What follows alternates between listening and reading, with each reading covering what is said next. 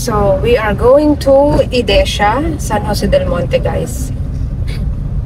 Ano naman siya? Along the road naman siya. So, ito, may kita mo na yung banner niya. Mag-ano na ako, mag-signal na ako to turn left. May kita nyo na yung kanyang entrance. Ayan siya. Ayan, kita nyo yung entrance, diba guys? So, dito tayo kakaliwa. Itong road na to, dumadaan na dito yung mga bus pa Manila, ha. Ang daanan via Bukawi exit. Meron ding pa Marilao yung dun sa kanto. So, this is the entrada of Idesha, San Jose del Monte, Bulacan. So, today guys, come with me. I'm going to do a house tour and give you updated sample computation for Idesha, San Jose del Monte. Ayan. So, ito yung entrada niya. Nakikita nyo naman, di ba guys? Ayan. Look at the ongoing land development. So, yan. So, naka-fence siya ng green na yero dito kasi bawal pang pumasok sa ongoing land development na ginagawa kay Idesha San Jose del Monte, Bulacan. Dito lang tayo sa area ng model unit. So, ang model unit na to, yan, nakikita nyo naman yung mga nakatayo niya nakahilera. Meron tayong inner unit townhouse and unit townhouse at single attached. Dito ay bare unit lamang, bare type, okay? So mag-house tour tayo guys, come with me. Alright, test mic, test mic. May ganaan. So guys, it's Nicole, your trusted Bulacan Realtor, and this is the most updated house tour and sample computation of Idesha San Jose del Monte, Bulacan. So ito na yung sinasabi ko, dalawang model ang pwede mong pagpilian. Single attached, si Sora. Townhouse, ito. Naman tayo kay townhouse. Pre-selling subdivision. May ibang mga client, no, medyo pasaway. Obvious naman na pre-selling. Tatanungin pa kung may ready for occupancy. So guys, lagi ko naman binabanggit kung ang project ay ready for occupancy or pre-selling. So this one, very obvious naman na pre-selling. So bawal sa mga nagmamadali. Pwede lang to sa mga willing to wait ng after 2 years or so. Kung kailangan mo nang lumipat within 6 months, within 1 year, Idesha San Jose del Monte is not for you. Yan, para lang to sa mga willing to wait. So ito na nga si Yama. Pag townhouse, ito siya. Diba? Bongga. So, sa labas, mag-video lang. Sa labas, kita mo naman sa kulay pa lang nung external. 'Di ba? Classic siya. Maganda yung design, minimalist. So, ito yung ating townhouse. May dalawang uri ng townhouse. Ang end unit, katulad nito, na may ekstrang lote sa gilid mo. Kaya siya end unit. Very obvious naman. Pag inner unit, ang maganda, meron ka pa ring garahe. Kasi ito yung maging garahe mo. Yan. Ito. Mula dun hanggang dito. Inner unit yan. Ito siya inner kasi nga nasa gitna. Napapagitnaan. Kaya inner, di ba? Obvious naman. So guys, ito na tayo. Mag-start tayo sa townhouse inner unit. Ang kanyang lot area at floor area ay ito. Yan. Pinapakita ko sa screen. Floor area, lot area. So kung okay ka dyan, tuloy-tuloy mo lang ang panonood. So, wait lang. Papakita ko na yung bare unit kasi tinatawag nating actual turnover bare. Walang tiles, walang paint, walang ceiling, walang partition, wala lahat. Ikaw ang magpapagawa. Kaya siya affordable kasi nga ikaw na yung magde-design ng loob eh. Kuya, pwede bang mag-video sa group lamang? Yan, good afternoon. Mag-is lang ha? Ayan, pinapakita ko lang sa video yung kuya. Actual turnover ng townhouse. Ayan. Ito, kasama naman to sa turnover. Ikaw na yung magpapaganda, ikaw na magpapalagay ng cabinet, ikaw na. Ikaw na bahala dun. Ito yung toilet. At least yung toilet maganda na. Ayan. Meron ng fixtures, may paint na, may tiles na. So, di mo napapagawa yung toilet. Okay na tayo sa toilet Meron kang maliit pa na space sa likod, pwedeng dirty kitchen or laundry area. Ito. Itong space na to, sa'yo pa to. Itong likod na to, sa'yo pa tong area na to. Ganito din yung turnover ng stairs niya. Ganito na siya. So, akyat tayo sa taas. Para makita mo na pag tinurn over sa'yo ang townhouse, ikaw yung magpapatiles, ikaw yung magpapartition. So, baka itanong mo, ano ba yung mga nakalawit-lawit na yan? So, itong mga nakalawit-lawit na to, ito ay electrical wiring kasi naka-ready na siya. So, ang ibig sabihin nun, pag lumipat ka dito, ikaw yung magpapagawa ng ceiling, di ba? Pero, naka-ready na yung mga electrical wiring para sa outlet, saksakan, at mga switches. Yun yung ibig sabihin nun. Kaya siya may mga ganire. Yan. Oh, may dalawang bintana sliding, 1 and 2. Ang pwede lang dito, 2 kwarto. Medyo mahirap na to gawing 3 kwarto. Kaya provision for 2 bedrooms talaga ang townhouse. So malinaw ba tayo doon? Ganito ang turnover ha. Ikaw na bahala mag-design. Punta tayo sa dress up.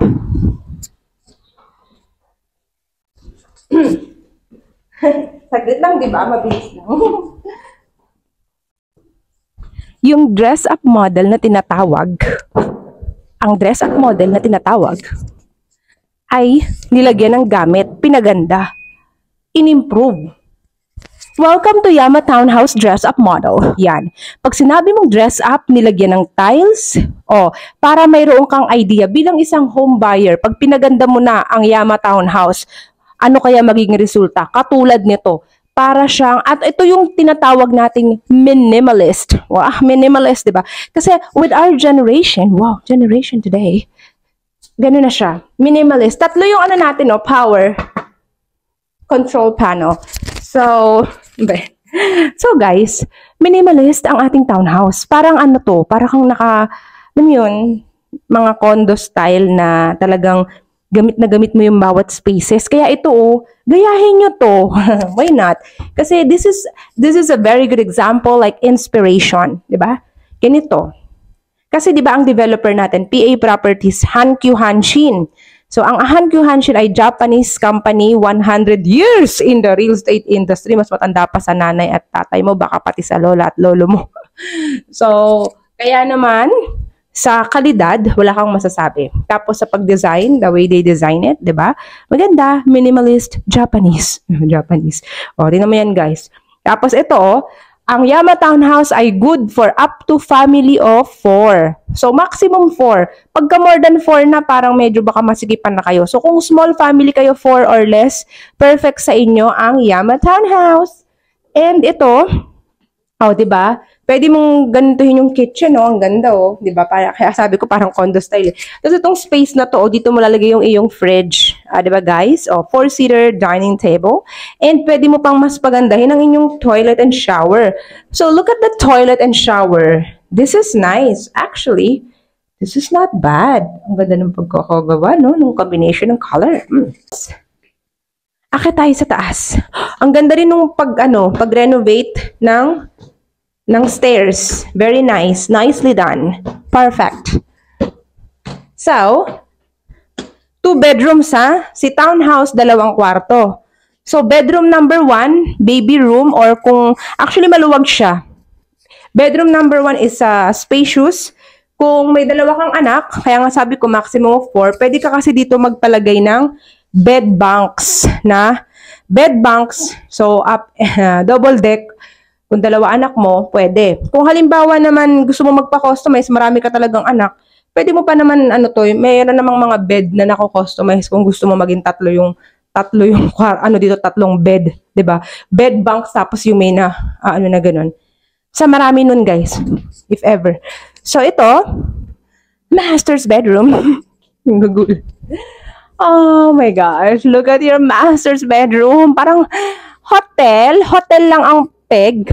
May TV ka pa sa master's bedroom. Gayahin nyo to. Actually, this is a very good and very nice idea. Ito, yung may ganitong effect. Tapos, pa-customize mo dito yung ayan, may mga naka-display pa tayong perfume. Mabango kaya to? Amin lang natin. Bango siya. Namoy ko lang, Huwag niyo ako susumbong. Joke. So, ayan, namoy ko lang. So, ayan guys. Ito, Customize. Pwede kang magpa-customize ng closet. Closet. Ayan, oh. Laki, oh. Oh, cabinet. Tapos, pack. Ganun. So, yan. Diba? Ang ganda. Very nice. It's actually not bad. For its price, wow. Wala nang may kitang ganyan dito sa Del Monte. Yan. So, hindi ko na patatagalin pa. Itong townhouse na to guys, bibigyan ko na kayo agad-agad ng sample computation bago tayo mag-move on sa Sora single attached. Mag-umpisa tayo sa inner unit townhouse bare type ha, bare type. Napakalinaw. Nakita mo naman sa video kung ano yung turnover, di ba?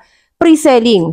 So, eto na. Yama Townhouse Inner Unit, nakita niyo sa screen yung kanyang sample computation, total contract price, reservation, equity, and of course, the estimate, bank amortization, and the required salary, okay? So, tanungin nyo, bakit walang pag-ibig? Actually, may pag-ibig. Kaso nga lang, napakataas po ng required down payment ni pag-ibig. Kaya mas ina-advise namin, mag-bank ka na lang. Pero kung nakita mo yung computation na yan, ni bank financing, kung gusto mo ng pag-ibig, triplehin mo. Triplehin mo yung down payment. Yun lang yun. Kung okay ka ba sa ganon. Di ba? Bihira yung naging okay sa ganyan. Kung ganon, i-cash mo na lang yung down payment. Kasi nga, sobrang taas. Di ba? Kaya, mas advisable yung bank financing. Di ba? So, ito naman yung ating townhouse. Yan. End unit. So, end unit ha. So, yakita nyo naman yung lot area pag end unit nasa screen. Nandyan yung total contract price, reservation, equity, estimate bank amortization, at required income. So, ang income natin, basic po yan ha. Hindi dyan kasama yung mga allowances nyo. Basic salary lang yung tinitignan. Tapos, solo or combined. Kung mag-asawa, magkapatid, magkamag-anak, whatsoever, pwedeng combined income. Pagsasamahin po ang income nyo. No problem yun, okay? So, malino tayo sa sample computation. Mag-move tayo sa ating house tour for the Sora single attached. Let's go.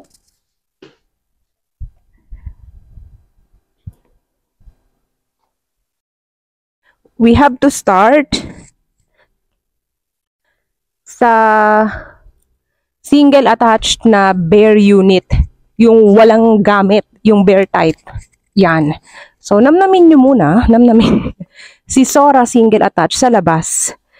Kasi ito, na pinapakita ko sa screen yung kanyang minimum lot area. Yan yung lot area, floor area, pag single attached yung pipiliin mo. Malaki siya. Kasi ang laki ng space mo dito, parking, may front garden, ang laki ng space sa likod. Ito. Ito muna. Sa gilid, laki pa ng space mo sa gilid. Tapos meron ka pang mas maluwag na backyard. So kapag single attached, pasok sa salary, mag single attached ka na lang. Kung kaya naman, ito na lang. Kasi malaki yung lot area niya eh. Tapos, ay, dito tayo daan. Nakalak. Try natin dito. Yan. So, dito muna tayo papasok. Sora, single, attached, bare turnover, bare type. Walang tiles, ikaw ang pipili ng tiles na gusto mo, na design. Maayos naman yung ceiling, maganda na, may paint naman. Sliding ang mga windows, 1, 2, 3, tatlo ang windows sa baba. Ganito ang kitchen, so ikaw ang magpapaganda ng kitchen mo. Merong sa door to the garage area or garden area, yan. Provision for 2 bedrooms at isa lang yung toilet ha. Ito. Yan yung toilet and shower niya. Tignan nyo yung toilet and shower guys. Meron na siyang fixtures, may tiles na. Maganda na. Kaya tayo sa taas. Ayan. So, itong second floor, okay. Sa second floor, ikaw yung magpapatiles, ikaw yung magpapartition ng 2 kwarto, ikaw yung magpapasiling. Maliwanag ha? Meron tayong mga outlets, meron tayong nakaabang na electrical wiring. Wala kang problema sa mga electrical wiring, naka-ready yan. Ipapaano mo na lang, ceiling tiles partition. Meron kang balcony sa single attached, ito siya. Oh, wow. Oh my gosh. So, nakikita nyo naman, ongoing yung ating land development. So, from here, ang ganda ng view.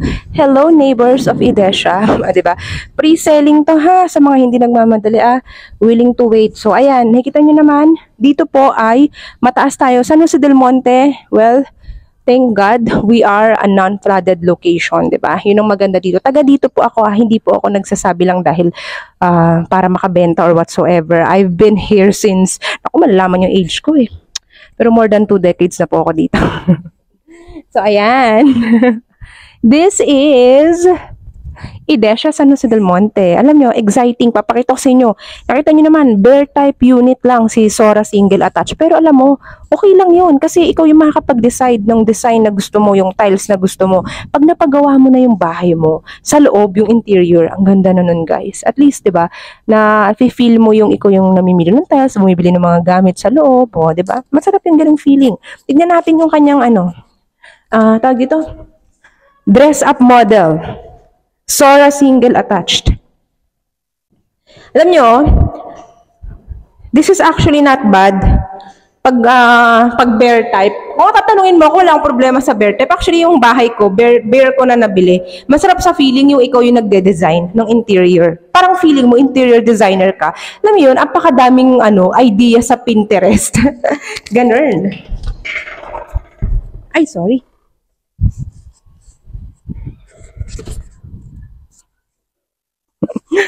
So, ito na. Hello, Sora. Sora, dressed up model. Let's go. Ito na yung may gamit, ha? Ito na yung pinaganda. Ito na yung inimproved. Okay, Sora single attached. Welcome. Welcome to Sora dressed up model. So, pagpasok mo, ito yung magiging living area mo. Minimalist pa rin. At ang ginamit dito ay 4-seater dining table. Pwede mo rin naman to gawing 6-seater dining table. Depende yan sa pag-design na gagawin mo sa iyong bahay. Cheers! Diba? Tandahan lang, ang basag. So, ito naman, pinaganda pa yung kitchen. So, imaginein mo pag ikaw yung nag-design ng interior mo, diba? Ito yung mga bagay na pwede mong gawin. Diba? Nicely done itong kitchen cabinet on top and dito rin sa baba. Dito yung iyong fridge. Meron kang access door dito sa iyong garden or garahe. At ang space na to sa ilalim ng pinto, pwede mo gawing storage or pwede mo rin itong gayahin. Kahit storage na lang, pwede rin. Ang ganda ng toilet and shower, guys. Ayan. So, ito siya. Diba? Pwede mo pang pagandahin ang toilet and shower. Isa lang ang toilet, dalawa ang kwarto sa taas. Tignan mo, mas pinaganda pa yung stairs. Diba? Look at the stairs. Ang ganda. Pati yung tiles na pinili. Diba? So, ikaw, pwede kang makapamili kung yung second floor mo, gagamitan mo ba ng tiles talaga or vinyl? Vinyl type na tiles. So, may hallway ka pa dito. Diba? So, eto guys, ay good for family of 4 din. Single attached, good for family of 4. Ito yung sinasabi kong bed bunks. Ganito. Yan, di ba? Tapos study room. At pwede ka magpa-customize dito ng kanilang closet. Di ba? Family of 4, perfect na. Master's bedroom, syempre. Ang master's bedroom dapat laging pinakamalaki, pinakamaganda. Ang bedroom ng mommy at daddy nyo. Kasi sila yung nagtatrabaho, no? Kaya dapat talaga sila yung mas maganda yung kwarto. Ganun yan. Diba? Pwede ka maglagay ng TV dito. Ayan. Tapos, pagka napagawa mo na yung ceiling mo, pwedeng gamitin mo pin lights like those. What you see? Tapos, pa-customize ka rin dito ng closet.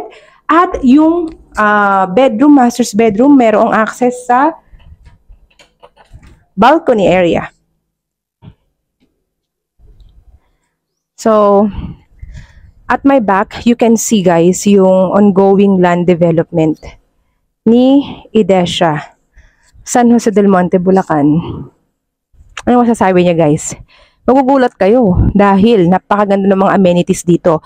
Pakita ko na sa screen meron tayong swimming pool, may amphitheater, merong parks and playground, may clubhouse, yan.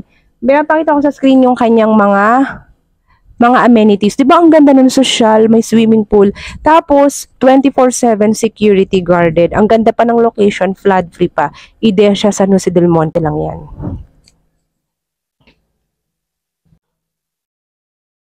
So, itong single attach natin. 'Di ba? Pag-usapan natin ang sample computation ni Sora single attached. Magkano ba? Ay, afford na afford. Nakikita niyo sa screen ngayon, guys. Total contract price, reservation, equity, estimate bank amortization, and required income. Okay? Again, pag nagpag-ibig ka, masyadong mataas yung down payment, i-times 3 mo yung binibigay kong computation. Kaya, mas okay bank. Pero kung ikakash mo yung down payment, edi sige, pwede, ipag-ibig mo. Pero mataas talaga yung DP. So, yan, bank financing po ang ating ino-offer. Pero pwede nga si pag-ibig by request. Depende po yan. Pag kinontak mo ako, pag-usapan natin, ha? Tapos, ito, bawal mag-walk-in sa. Bawal na bawal po ang mag-walk-in dito. Kailangan 1 to 2 days before, kontakin mo ako para mag-schedule ng viewing. Make sure na panood mo tong video ka until the end. Syempre, dahil nakita mo yung computation, confident ka, pasok yung salary mo para bago tayo mag-tripping, 'di ba? Alam mo naman na ito ay pasok sa akin. Okay ako sa project na 'to, 'di ba? So, confirmation na lang yung tripping. So, ito guys ay office reservation. Pag nag-schedule tayo ng tripping, please bring your initial requirements for reservation to valid IDs, proof of income, proof of billing, at yung birth or marriage certificate. Yan po initial lang. So, other documents pwedeng to follow. So, yun. Ganun po siya importante guys sa proof of income kung OFW job contract na may compensation, or kung locally employed naman, 1 month latest payslip, nakita talaga yung basic salary mo, tapos or certificate of employment with compensation. Yun yung ating mga requirements, guys. Para pag nag-tripping tayo, ang office nito ay sa bandang Tungko. Ganun, samahan ko din kayo for the reservation kasi i-orient kayo doon ni developer. So, bigyan ko lang kayo ng idea, guys. Ang IDESA San Jose del Monte, guys, ha, hindi po, dito ang kanilang water and electricity dito is self-application or tinatawag natin individual application. Pero, i-guide naman kayo ni developer. So, pag nag-orient, i-discuss doon yung other na, for example, move-in fees, yung mga ganun na kailangan yung bayaran, bago lumipat, dinidiscuss po yun ng kanilang mga account officers sa orientation. Hindi po sila nagpapareserve agad-agad nang hindi na-orient yung client, na hindi na-inform sa lahat ng mga dapat pong bayaran at mga dapat na i-submit na document. So, yun yung maganda kasi nga, ang ginugol natin ay hindi reservation. Ang ginugol natin, approval ng iyong financing, whether bank or pag-ibig, whatever it is. Kailangan approve tayo, ma-approve tayo para, syempre, diba, waiting na lang tayo ng ating turnover. Importante yun. Pero hindi po magsasabay yung bank at saka yung amortization at equity, hindi po yung nagsasabay. Ha, disclaimer, kasi iba nako-confused. Number 1, down payment muna. Pag full DP na, saka ipapasok sa bank or sa pag-ibig, hindi po siya nagsasabay. Kailangan meron munang bahay bago maaprobahan yung bank or pag-ibig. So, either stop payment ka lang after full DP. Ganun lang siya. Okay? So, you don't have to worry about that. And, of course, how you can contact me. Nakita nyo naman sa screen lagi, nagpa-flash ang aking Viber WhatsApp number. Pero, yun na nga. Kontakin nyo lang ako sa aking Viber at WhatsApp number. So, 0917-114-2422. Ayan, mention IDESA, tawagan kita, kontakin kita. Yun lang yung kailangan mong gawin, guys. Very easy lang naman, 'di ba? So I hope you like my update and house tour today. Don't forget to hit like and subscribe to my YouTube channel. Okay, guys? Para lagi updated sa mga magandang projects at updates ko dito sa Bulacan area, 'di ba? So like and subscribe and contact me or tawagan niyo ako. Pero mas maganda mag-chat muna kayo sa akin. Banggitin niyo lang IDESA, ako nang bahala sa iyo after that. 'Di ba? Sendan kita ng sample computation, kontakin kita. Pre-qualify kita, okay? So, very important po yung pre-qualification, phone qualification na ginagawa ko kasi ina-assess na kita bago pa tayo mag-tripping. Kasi, syempre, pag bibili ka ng bahay, dapat seryoso ka. Hindi naman to gadgets, hindi naman to iPhone or laptop, di ba? Bahay ang binibili mo. Milyones ang halaga. Kaya importante yun, di ba? Your time and money is very important. So, I hope to see you all soon. Don't forget to like and subscribe. Dito tayo dadaan. Ay, hindi. Sige, dito na lang pala. Ayan. O, diba?